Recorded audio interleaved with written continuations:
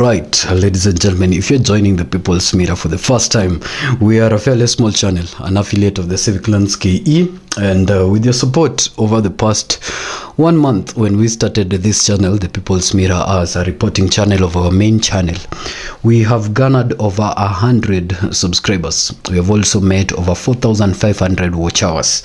Now we have less than 100 subscribers to hit the 1,000 subscriber mark, and we are humbly appealing that if you're joining the People's Media for the first time, please hit the subscribe button to aid us in that journey.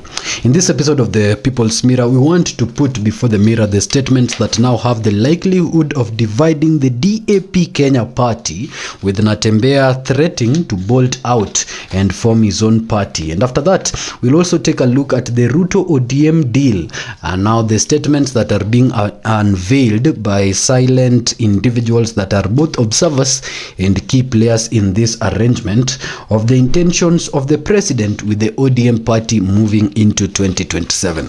Now let's start with the Natembea bolting out issue. Natembea, who has been locked into a power struggle with his party leader, Honorable Eugene Wamalwa, now declares a possibility of walking out. Democracy for Africa Party Kenya, which is actually one of the dominant Luyha parties in the Luyha area, is one that for a long time has been accused of actually just consolidating the mindset of the Luyha individuals. And so for some time, attackers of the Dap Kenya party have said that it's a party that does not have any lifeline beyond the Luyha area. Natembea himself was quoted saying that it's a party where most meetings are being held in Luyha language, and so he had an intention of, giving it a bigger exposure beyond the Luyha community, so that it can be a party that can consolidate power and front for leadership in the national seat. Now Natembea has been in this particular power struggle with Eugene Wamalwa, who he feels like is serving in that position as a party leader because of his lineage and godfather kind of politics. Mr. Natembea, however, feels like it's time for this particular party to take a different approach, with the voters themselves being given an opportunity to decide who should be the leadership of this party. And so we delve in from the top on this particular infight. Now Natembea was quoted saying that if this party does not adopt a broader mindset, then he will have no option but to bolt out and form his own party. And of course, by broader mindset, what the governor of Tranz Nzoia is talking about is that he is calling upon the Dap Kenya party now to even decentralize its leadership from the position of a centralized leadership of the Luyha community to a position where the Dap Kenya leadership can be widespread across the nation. He's also talking about the aspect of including younger voters into support of this party, and he says the only way that the younger generation can identify with the Dap Kenya party is if it fronts its image beyond the Luyha doctrines into something that Kenyans can relate with. Now, talking about this generational aspect and also talking about the aspect of diversifying the influence of the party, he has now threatened that if the party does not do that, then he will be left with no option but to bolt out from his own party. He, however, acknowledges that there exists difference between him and Eugene Wamalwa, yet there are not differences that can warrant or can scale to a hostile engagement. So he said they will fight within the Dap Kenya party as much as they can fight until he is left with no options. But as much as they are fighting within that party, he says that there are not fights that have the ability of escalating, that particular situation to an hostile engagement. Now he calls upon the Dap Kenya party to let the decision of settling on a flag bearer from the party not to be a committee decision, but a public participation issue. Now this is a very thorny issue for the Dap Kenya party, because they know that any moment they are going to call upon the people, the supporters of the national delegates of the Dap Kenya to decide on who they want to be as their flag bearer. They will most likely have the people deciding on Natembea over Eugene Wamalwa. Now Eugene Wamalwa does not own any elective position right now. The only relevance he has in Kenyan politics is being the leader, the political party leader of the Dap Kenya party. And so he has been holding this particular party as a result of inheriting his political journey from his brother, the senior Wamalwa, for quite some time. And this does not sit well with Natembeya. So Natembeya feels like his only opportunity to arise to Luyha kingship is when the people decide. And the only place where the people can decide is by first having him as the DAP Kenya party leader. That way, he will even shift the position within the United Opposition core principles, where Natembeya will now have a bigger voice over Eugene Wamalwa. And Eugene Wamalwa is looking at this as if he loses the DAP Kenya party leader position, then he has no relevance in Kenyan politics right now. Will he be a deputy to Natembeya? Will he go vie for a leadership position in Luyha land? He's been using the DAP Kenya party as the ship through which he negotiates power into coalition agreements. And so in previous positions he served in as a result of being a party leader of this particular DAP Kenya party. Now this call to have the public participate in deciding who becomes the flag bearer is a thorny issue. So much thorny issue to Eugene Wamalwa that he does not support it, and seems like the way forward for Natembeya's entry into national politics. So we really do not know how this is going to play out, because most likely the flag bearer of that particular party has often been decided by the committee of that party.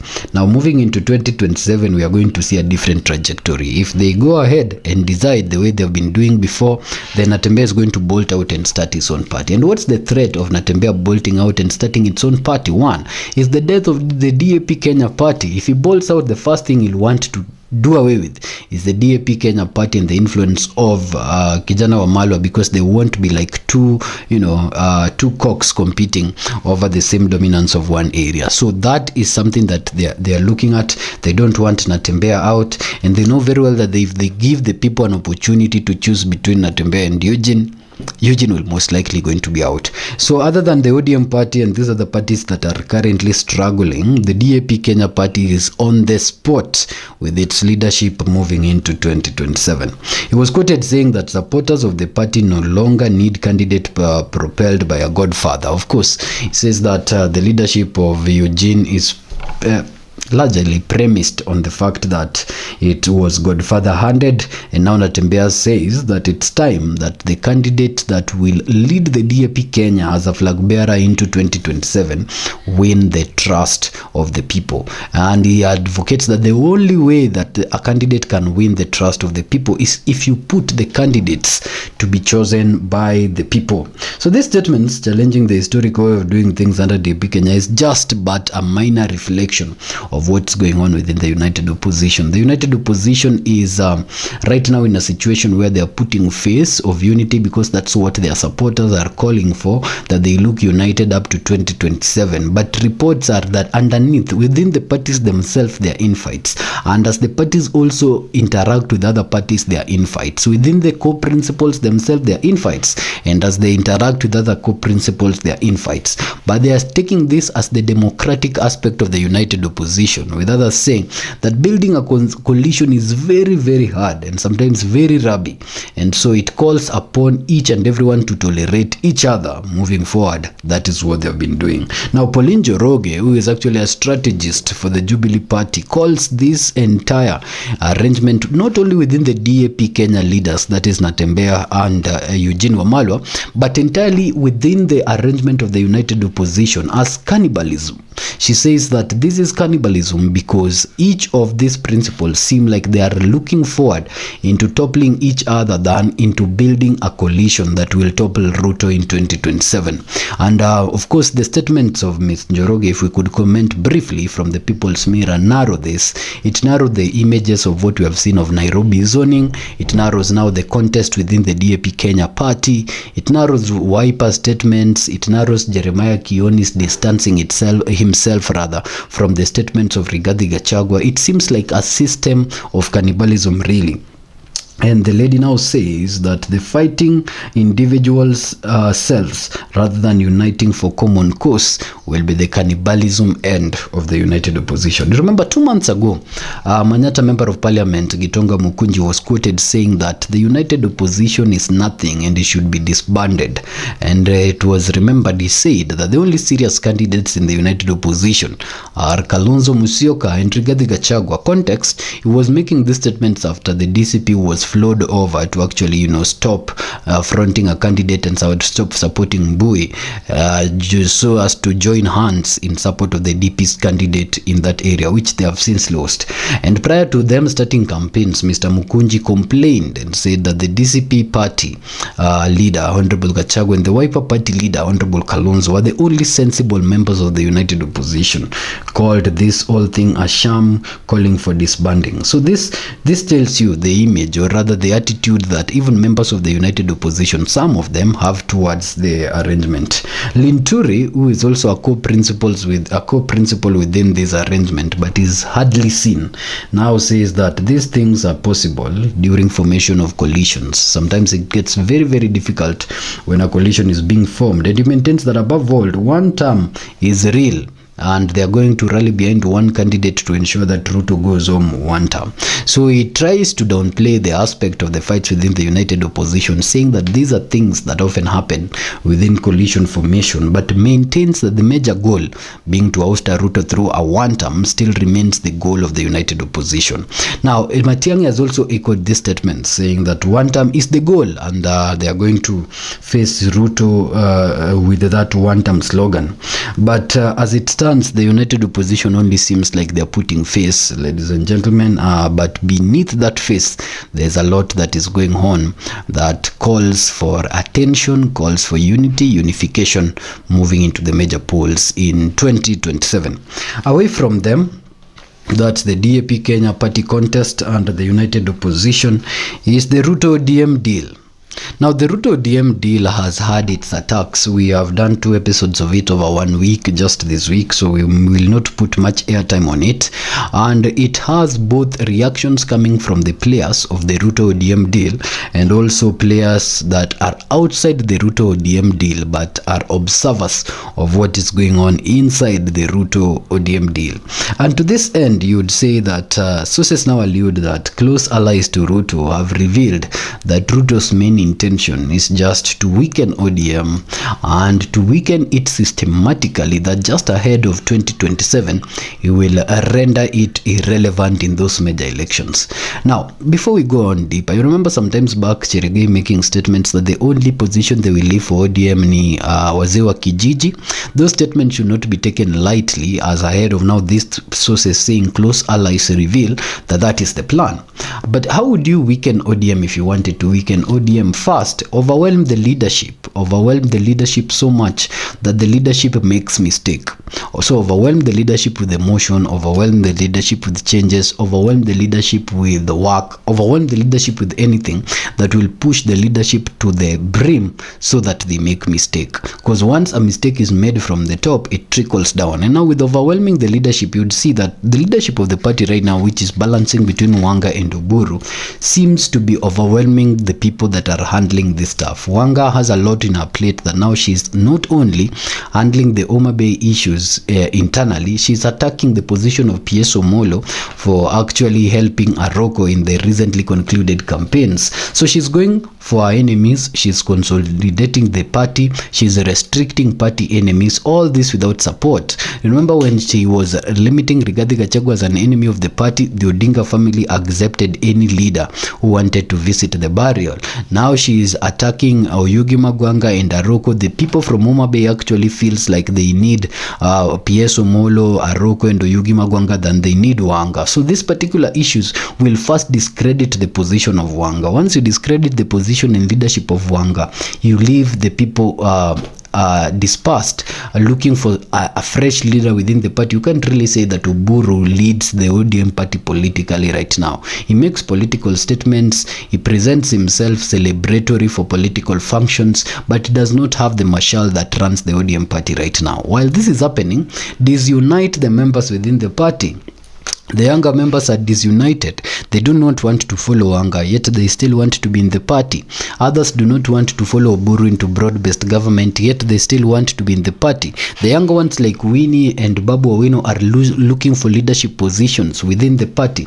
So once you overwhelm the leadership, you disintegrate now the servants, and that way you weaken the party systematically, that by the time election is coming, there is no one person that can consolidate support for the party, and then everyone is divided within their own ideologies within the party, that you can't even trace the root and substance of the party. Now these close allies are saying that this is the move that is being invoked by President Ruto to actually diffuse the leadership of the ODM party, weaken it and render it irrelevant ahead of 2027, even if they are hoping to be given the deputy presidency position.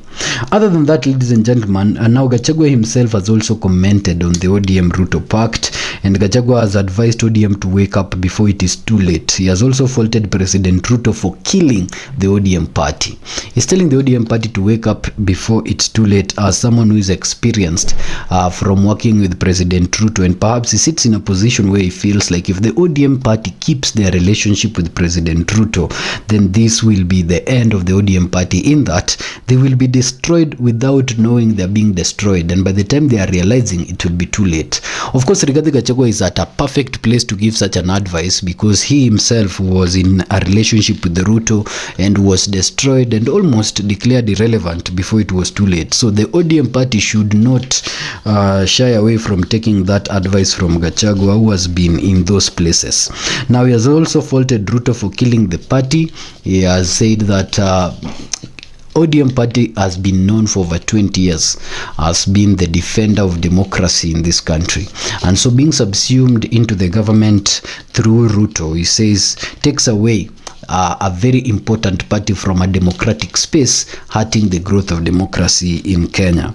He asked ODM to remain a strong political party, emphasizing the need of such in strengthening our democracy. So he said that he's just narrowed down on what I was saying.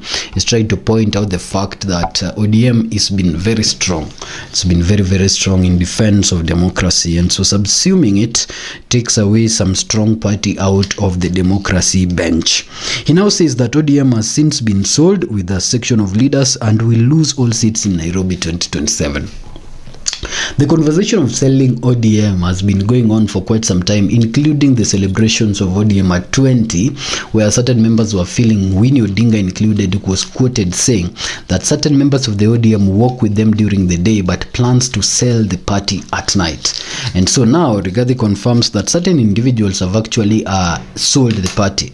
We might not call loyalty shifting to President Ruto as selling the party, but we can quote certain individuals who shifted their loyalty immediately from the party to President Ruto, not the broad-based arrangement, President Ruto specifically, and that includes Sam Atandi, who is serving in the position where the former member of parliament, or the current member of parliament, the former leader of budgeting committee, that's Honorable Ndindi Nyoro, was serving in. Sam Atandi changed his loyalty the day Raila was buried immediately to the Ruto camp. We have seen Opiyo Wandayi defending the Ruto camp with all his might, saying that here is where they were left, here is where they have to be. We have seen Junet Mohammed defending the broad-based arrangement with all his life, saying that Raila did not intend to start an NGO. Raila rather intended to start a party to secure power. We detailed that in one of our episodes here, The People's Mirror. We have seen Joho, dedicating his loyalty to President Ruto. Of course, Mbadi. Generally, every member of the ODM party who is currently serving in the government of President Ruto would rather choose President Ruto over the party. And so you'd say that the statements that are being made that ODM has been sold by certain individuals is not misplaced, because certain key defenders of the party right now would rather choose the current regime over the party. And so that hits a blow to the party. Rigathi adds that now the party will lose all seats in Nairobi in 2027. Now, this is a foreshadowing that we might not take for a fact, because this was the same foreshadowing that Rigathi had with UDA losing the seat in Mbeere North and the Malava and every other place, and we saw otherwise. So really, we are not part of the group of Kenyans that now do not take Rigathi seriously. If you take a look at X posts of Rigathi Gachagua, you'd agree with me that previous to the by-elections, Rigathi's posts were taken more seriously. Right now, if you go to the comment section, everyone is saying how he has nothing more left to say. And I hope Rigathi reconsolidates his backyard ahead of 2026 and not lose it. Now, he's saying that ODM will lose the seats in Nairobi. We will only wait for 2027 to see, because now Rigathi Gachagua is also ring fencing that Nairobi for the DCP party. So it means that if the ODM party then will lose Nairobi in 2027, that's tantamount reflection that the DCP party will now replace ODM in Nairobi. Now, as I said in one of our episodes, ODM has 8 seats out of the 17 constituencies in Nairobi. ODM has the Senate of Nairobi and the Women Rep of Nairobi right now, and major seats of MCAs in Nairobi. Overturning that in just less than 1 year is really going to be difficult, because even as much as we are talking about the death of the party, witnessing the death of the party between now and 2027 might not really come true. Weakening of the party might be witnessed, but the death of the party maybe after the election of 2027. And so for as long as it's still going to be a party in 2027, we cannot confidently say that it will lose all the seats in Nairobi.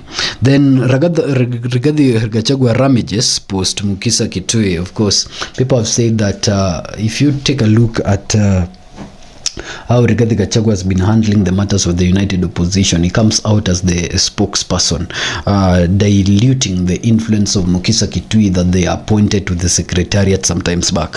And so now he even ramages verbally saying that the ODM UDA broad-based arrangement should not try Kalonzo, because no one can get to Kalonzo if not through him. He was quoted saying that he declared himself the spokesperson of the united opposition, and he says that now even Kalonzo himself has confirmed that no one else speaks for the united opposition other than Gachagua. So it seems like Gachagua's biggest colleague in the united opposition is just Kalonzo, and once Kalonzo approves, Gachagua does. And in that sense, Gachagua is now being blamed for even taking the position of the spokesperson that was fitly, fit for Mukisa Kitui through the arrangement of all the united oppositions.